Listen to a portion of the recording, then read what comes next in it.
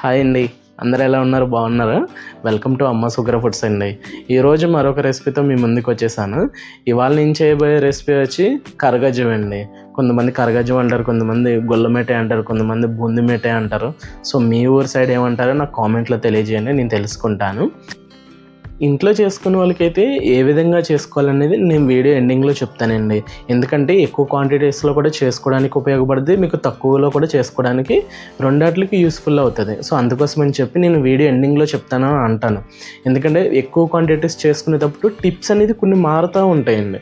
ఎందుకంటే పాకం కలిపేది అవ్వచ్చు, లేదంటే బెల్లం ప్యూర్ బెల్లం కాబట్టి ఏ విధంగా కలపాలి, సో ఎక్కువ క్వాంటిటీ మీద, సో ఆ విధంగా మీరు ఈ విధంగా చేసుకుంటే ఖచ్చితంగా నాకు తెలిసి అయితే ఒక 1 మంత్ అయితే బాగుంటుందండి, మంచిగా టేస్ట్ ఉంటుంది. ఎందుకంటే గాలి తగలకూడదు, తర్వాత మీకు తడి చేతులతో దాన్ని పట్టుకోకూడదు, ఎందుకంటే పాకం అనేది రావడం జరుగుతుంది, అది చెమ్మొచ్చేస్తుంది అన్నమాట పాకం అనేది.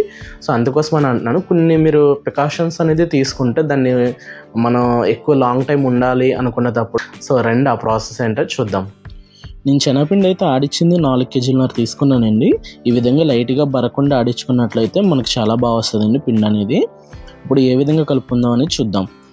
ఈ విధంగా వాటర్ అనేది కొద్దిగా యాడ్ చేసుకుంటూ మీరు కలుపుకోవాలండి. ఏదైనా లమ్స్ ఉన్నా అంటే చిన్న చిన్న గడ్డల కింద ఏమైనా ఉంటే మనం కలిపేటప్పుడు ఆ రఫ్లో అది పోతుందండి. మనకి ఏదైనా చిన్న చిన్న గడ్డలు ఉన్నట్లయితే బూందీ అనేది మంచిగా రాదండి. సో మొత్తం ఈవెన్గా చాలా స్లోగా నొక్కు పెట్టి నీట్గా కలుపుకుంటూ ఉండాలండి. ఫస్ట్ అయితే టైట్గా కలుపుకోవాలి, తర్వాత కొద్దిగా వాటర్ వేసుకుంటూ లూజ్ చేసుకుంటూ ఉండాలి. మీకు అర్థమయ్యేలా చెప్పాలంటే అది ఎంత థిక్నెస్ ఉండాలంటే మనం కలుపుకున్నది మనం దోసల పిండి వేసుకుంటాం చూసారా, సో దోసల పిండి ఏ విధంగా టైట్ ఉంటుంది, సో ఆ విధంగా ఉంటే సరిపోతుందండి. మరీ ఎక్కువగా మీరు లూజ్ చేసినట్లయితే పిక్క అనేది అది బూందీ అనేది ఏంటంటే ఆయిల్ అనేది అబ్జర్వ్ చేస్తుందండి. సో మరీ లూజ్ వద్దు, మరీ టైట్ వద్దు, ఆ విధంగా కలుపుకున్నట్లయితే మీకు చాలా బాగా వస్తుందండి బూందీ పిక్క అనేది. మళ్ళీ చెప్తున్నానండి, పిండి అనేది మీరు మంచిగా కలుపుకుంటే మనకి బూందీ అనేది చాలా బాగా వస్తుందండి. ఈ విషయం మాత్రం మర్చిపోద్దు. చూడండి నేను ఏ విధంగా అదేమి పెట్టి ఎంత స్పీడ్గా కలుపుతుందని ఈ విధంగా కలుపుకోండి. పిండి అనేది కూడా లైట్గా జిగురు రావాలి. మరీ ఎక్కువ జిగురు వచ్చినట్లయితే పిండి అనేది పొడుగు కింద అనేది రావడం కూడా జరుగుతుంది, ఎందుకంటే ప్యూర్ శనగపిండి కదండి. సో అందుకోసం అని అంటున్నాను. ఇందులో మీరు వరిపిండి అయినా కలుపుకోవచ్చు, కాకపోతే ఏంటంటే వరిపిండి కలుపుకుంటే అంత టేస్ట్ అనిపించదండి. ప్యూర్ శనగపిండితో చేసుకుంటే చాలా టేస్ట్గా అనిపిస్తుంది. సో అందుకని చెప్పి నేను ప్యూర్ శనగపిండి వాడుతున్నాను. ఈ విధంగా కలుపుకోవాలి, కొద్దిగా వాటర్ యాడ్ చేసుకుంటామాట మీరు. ఇదిగోండి ఈ విధంగా ఎక్కడ కూడా లేకుండా కలుపుకోవాలి. ఎందుకంటే పిండి నీట్గా కలుపుకుంటేనే మనకి బూందీ అనేది చాలా బాగా రావడం జరుగుద్ది అన్నమాట. ఇప్పుడు నాకు ఎంత థిక్నెస్ కావాలనేది చెక్ చేసుకుంటాను. ఇందాక మీకు చెప్పాను చూసారా, మనకి ఏ విధంగా దోసల పిండికి ఎంత థిక్నెస్ మనం దోశ వేసుకోవడానికి ఏ విధంగా కలుపుకుంటామో ఆ విధంగా అంత పలసగా ఉండొద్దు. మనకి పిండి దోశ వేసుకుంటాం కదండి, అంత ఆ థిక్నెస్ అయితే సరిపోతుంది మనకి బూందీ పిక్కాకి. ఇదిగోండి ఈ విధంగా ఎక్కడ కూడా లేకుండా నీట్గా కలుపుకుంటున్నాను చూసారా. పిండి అనేది ఇంకోండి ఈ విధంగా జారాలన్నమాట. మీకు అయిపోయిందండి. ఇప్పుడు మనం ఆయిల్లో ఏ విధంగా చేసుకుందాం చూస్తాం. ఇదేంటి మీకు తెలిసే ఉంటుంది, బూందీ కొట్టుకోవడానికి ఇలాంటి హోల్స్ ఉన్నది కావాలి ఒకటి. చూడండి ఏ విధంగా వేస్తున్నాను అనేది దాని మీద చూడండి. ఈ విధంగా ఒకేసారి వేయకూడదు, ఒకేసారి వేస్తే ఏమవుద్దంటే డైరెక్ట్గా దిగిపోతుంది. ఆ విధంగా కొద్దిగా మళ్ళీ చేత్తో కూడా అనకూడదు. అప్పుడు మీకు ఏమవుద్దంటే పిక్ అనేది కూడా రౌండ్ రావడం జరుగుద్ది అన్నమాట. చేత్తో అనకుండా ఉన్నట్లయితే ఈ విధంగా నేను చూపించినట్టు వేసుకున్నట్లయితే మీకు పిక్క రౌండ్ రావడం జరుగుద్ది అన్నమాట. ఆయిల్కి తగ్గట్టుగా మీరు బూందీ అనేది వేసుకోవాలి. మరి ఎక్కువ వేసుకున్నట్లయితే బాగా రాదు, తక్కువ ఉన్నట్లయితే బాగా గుల్లగా కూడా రాదు. చూపిస్తున్నాను చూడండి ఈ విధంగా అనుకుంటూ ఉండాలి. మనం ఆయిల్ వేసిన తర్వాత అంటే కొద్దిగా పైకి కిందకి అనుకోవాలి.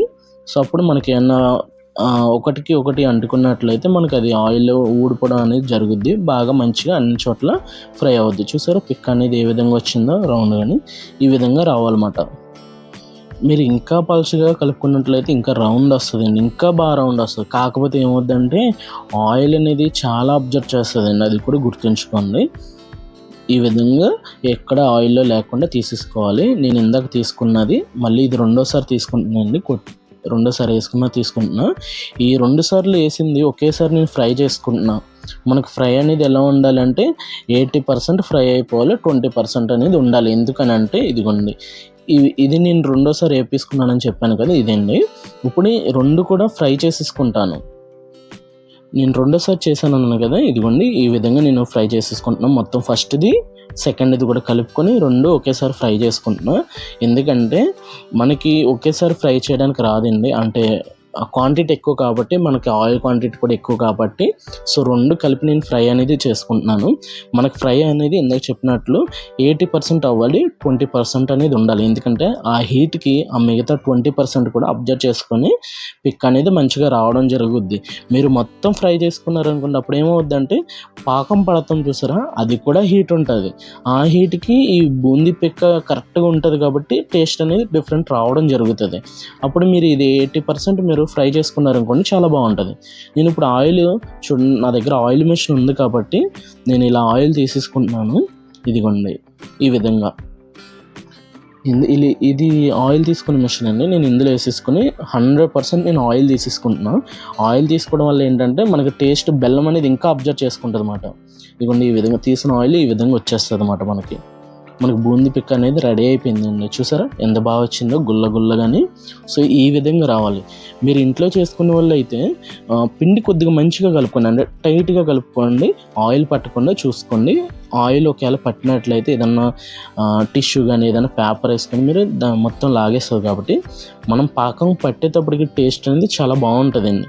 మీరు ఆయిల్ ఉన్నది మీరు బెల్లం పాకం పట్టినట్లయితే అప్పుడు టేస్ట్ అనేది డిఫరెంట్ రావడం జరుగుతుంది అన్నమాట.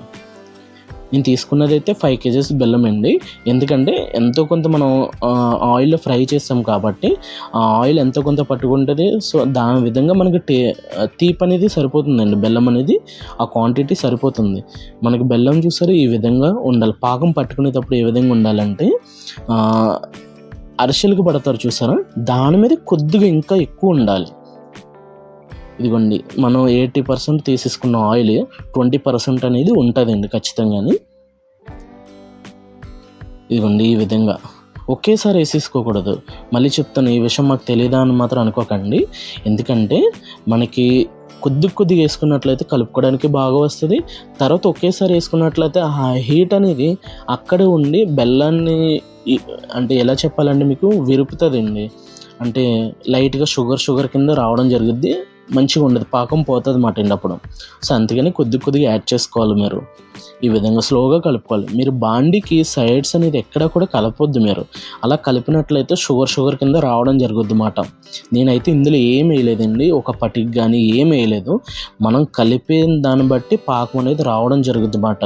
మీరు లైట్గా వాటర్ ఎక్కువ వేసుకొని బాగా కలుపుతూ ఉన్నారనుకోండి, ఆ కలిపి పాకం చిక్కబడితే చూసారు అప్పటికే జిగురు వచ్చేస్తుంది అన్నమాట బాగా. ఎలాచీ పొడి కూడా నేను కొద్దిగా యాడ్ చేసుకున్నాను, ఎక్కువ యాడ్ చేసుకోలేదండి. ఎందుకంటే షుగర్లో నేను ఎలాచీలో షుగర్ వేసుకొని ఆడతాను కాబట్టి, సో అందుకోసమని నేను ఎక్కువ ఏం వేసుకోలేదు. జస్ట్ ఒక 5 kgs కలిపి ఒక 55 grams 60 grams వేసుకున్నానండి ఎలాచీ పొడి, అంతకుమించి అయితే ఎక్కువ వేసుకోలేదు. నేను ఇలాంటి టేబుల్కి ఆయిల్ రాసుకున్న కింద అంటుకోకుండా ఉండాలని చెప్పి. సో మనం ఒక 200 grams ఇది ప్యాకింగ్ చేస్తాం కదండి, సో అందుకోసం ఇలాంటి రింగ్ ఒకటి కావాలి నాకు. తర్వాత పైన ఇలా ప్రెస్ చేయడానికి అలాంటిది ఒకటి తీసుకున్నాను. ఇప్పుడు నేను 200 grams అండి, ఇది 200 grams మనం వేయించేసి ఈ విధంగా ప్రెస్ చేస్తూ ఉంటాము అందులో పెట్టి. ఎందుకంటే మనకి క్వాంటిటీ అనేది కరెక్ట్గా రావాలి కాబట్టి. ఈ విధంగా మీకు చూపిస్తాను చూసారు, ఈ విధంగా పైన నేను ప్రెస్ చేస్తున్నాను. ఎక్కువ ప్రెస్ చేయకూడదు, ఎక్కువ ప్రెస్ చేసినట్లయితే మళ్ళీ పిక్క అనేది కూడా నలిగిపోతుందండి. సో చూసారా మనకి ఏ విధంగా వచ్చిందో, బూందీ అచ్చు రెడీ అయిపోయింది. ఇలాగ మీరు ఒక 10 minutes or 15 minutes ఉంచుకున్నట్లయితే చాలా బాగా బీసుకుని మంచిగా ఉంటుందండి టేస్ట్ అనేది కూడా. మీకు కావాలితే నెయ్యి అయినా యాడ్ చేసుకోవచ్చండి, ప్రాబ్లం లేదు. కాకపోతే నేను యాడ్ చేయలేదు, ఎందుకంటే నాది క్వాంటిటీ ఎక్కువ. ప్లస్ ఏంటంటే నేను కవర్లో పెడతాం కదండి, సో దానివల్ల ఏంటంటే కవర్ అంతా జిడ్డు కింద అనిపిస్తుంది అన్నమాట. చూడడానికి అంత ఫ్రెష్గా అనేది అనిపించదు. అందుకోసం అని చెప్పి నేను నెయ్యి అనేది అవాయిడ్ చేశాను. సో ఈ విధంగా మనం ఎలా చేసుకొని ఈ విధంగా చేశానండి. నెయ్యి కూడా వేసుకున్నట్లయితే చాలా బాగుంటుంది. మీరు ఇంట్లో చేసుకునే వాళ్ళైతే ఇంకా చాలా బాగుంటుంది. మనకి కస్టమర్ పర్టికులర్గా ఏమంటే కూడా వేస్తామండి, అదేం ప్రాబ్లం లేదు. కాకపోతే ఏంటంటే ఎక్కువ వేసుకున్న కొద్ది కవర్కి అనేది కొద్దిగా స్ప్రెడ్ అయ్యి మస్క్ కింద వస్తుందండి. సో చూసారు మనకు బూందీ వచ్చి రెడీ అయిపోయింది. ఈ విధంగా 200 grams అండి ఈచ్ వచ్చి ఒకటి. ఈ విధంగా మనం ప్యాక్ చేసాం మంచిగాని. బూందీ వచ్చి కవర్లో వేసుకునేటప్పుడు కూడా కంప్లీట్గా 100% అనేది చల్లారిపోయిన తర్వాత మీరు వేసుకోవాలండి. హీట్ మీద వేసినట్లయితే పాడైపోద్ది. మనకి షాప్లోకి ఈ విధంగా కవర్స్లో పెట్టి మనం సేల్ చేస్తాం కాబట్టి 100% మనకి చల్లారిపోయిన తర్వాత వేసుకోవడం జరుగుతుంది. మన బ్రాండ్ వచ్చి అమ్మ సుగర్ ఫుడ్స్ కాబట్టి ఈ విధంగా మనం ప్రైస్ కానీ ఈ విధంగా స్టిక్కర్ అంటించి మనం సేల్ చేస్తాము. మా దగ్గర ఏంటంటే కస్టమర్లు బాగా ఎక్కువ తీసుకెళ్తూ ఉంటారండి. ఎందుకంటే ప్యూర్ బెల్లంతో చేస్తాం కాబట్టి కస్టమర్స్ కూడా చాలా బాగా ఇష్టపడి తింటూ ఉంటారు. ఎందుకంటే స్వీట్ కూడా ఎక్కువ ఉండదండి, నార్మల్గా ఉంటుంది. సమానంగానే లైట్గా 1% 2% ఎక్కువ ఉంటుంది. సో అది కామన్. అది అలా ఉన్నట్లయితే మీకు తినడానికి కూడా చాలా బాగా వస్తుంది అన్నమాట అండి. ఈ విధంగా బూందీ వచ్చి ఈ విధంగా మనకి ప్యాక్ చేసుకున్నాం కాబట్టి కవర్కి ఎక్కడ కూడా అంటుకోలేదు. చూసారా, ఇక్కడ కూడా మనకి నెయ్యి వేసుకున్నట్లయితే అంటుకుంటుందండి. సో ఎందుకంటే కావాలితే అది ఆర్డర్ బేస్ని బట్టి మనం చేయడం జరుగుతుంది. చూసారు కదండి ఏ విధంగా చేశానో. మీరు కూడా ఈ విధంగా చేయండి, చాలా బాగా వస్తుంది. ప్యూర్ బెల్లంతో నేను ఏ విధంగా ఏమీ కలపలేదు. సో ఒక బెల్లం తప్ప. మీరు తీసుకునే బెల్లం కూడా చాలా మంచిదై ఉండాలండి. అంటే జిగురు ఎక్కువ ఉండాలి, ప్లస్ కలర్ కూడా తక్కువ ఉండాలి. ఎందుకంటే కలర్ ఎక్కువ ఉన్న బెల్లం తీసుకుంటే మనం ఇంకా పాకం పడతాం కాబట్టి ఇంకా కలర్ రావడం జరుగుద్ది. మీకు కావాల్సిన ఫుడ్ కలర్ అయినా యాడ్ చేసుకోవచ్చు. నేనైతే కలర్ యాడ్ చేయలేదు, ఎందుకంటే లైట్గా నాకు ఎల్లిష్గా ఉంటుంది కాబట్టి ఒక బెల్లం, అందుకోసం నేను కలర్ అనేది యాడ్ చేయలేదు. మనం గ్యాప్ లేకుండా కలుపుతూ ఉన్నట్లయితే ఫ్లేమ్ మీడియంలో పెట్టుకొని, చాలా స్టార్టింగ్లో హై ఫ్లేమ్లో పెట్టుకోండి.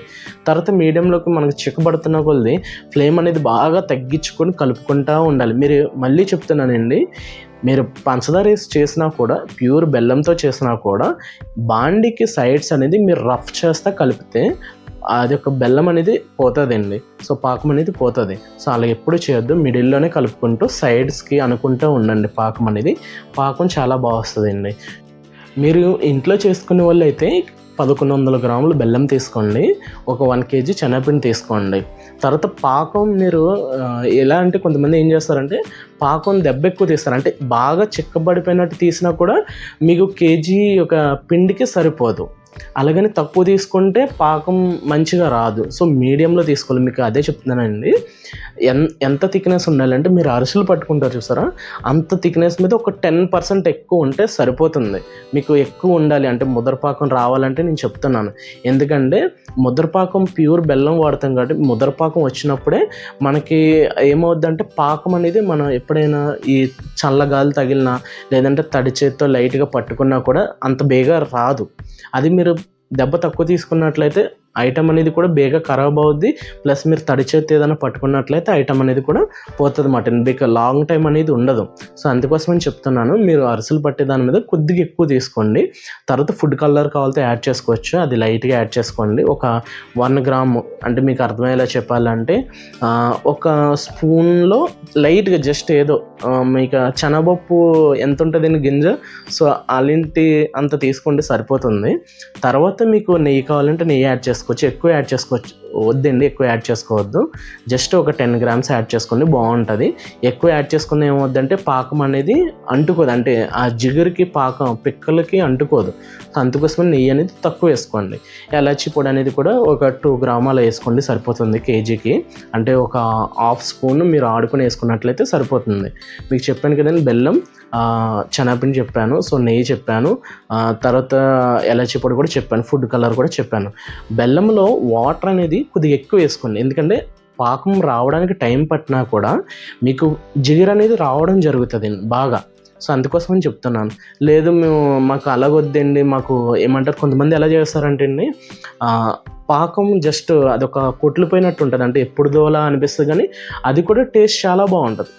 మీకు పాకం ఇంత గట్టిగా వద్దు, మాకు చాలా స్మూత్గా ఉండాలంటే మీకు బాండికి రఫ్ చేస్తా కలిపినట్లయితే మీరు అందులో ఐటమ్ వేసిన తర్వాత 2-3 సార్లు కలపగానే అదే పోతుందండి. మీకు అది ఇరిగిపోతున్నట్లు అయిపోతుంది, అది కూడా టేస్ట్ బాగుంటుంది. సో అలా కూడా ట్రై చేయండి. చూసారు కదా రెసిపీ, మీకు నచ్చినట్లయితే లైక్ చేయండి, షేర్ చేయండి, సబ్స్క్రైబ్ చేయండి. ఖచ్చితంగా లైక్ అయితే చేయండి, ఎందుకంటే అనేక మందికి కూడా షేర్ అయ్యే అవకాశం ఉంది కాబట్టి. మరి ఇంకెందుకంటే లేట్, మీరు కూడా ట్రై చేసి ఎలా వచ్చిందో కామెంట్లో తెలియజేయండి. బాయ్ అండి, టేక్ కేర్.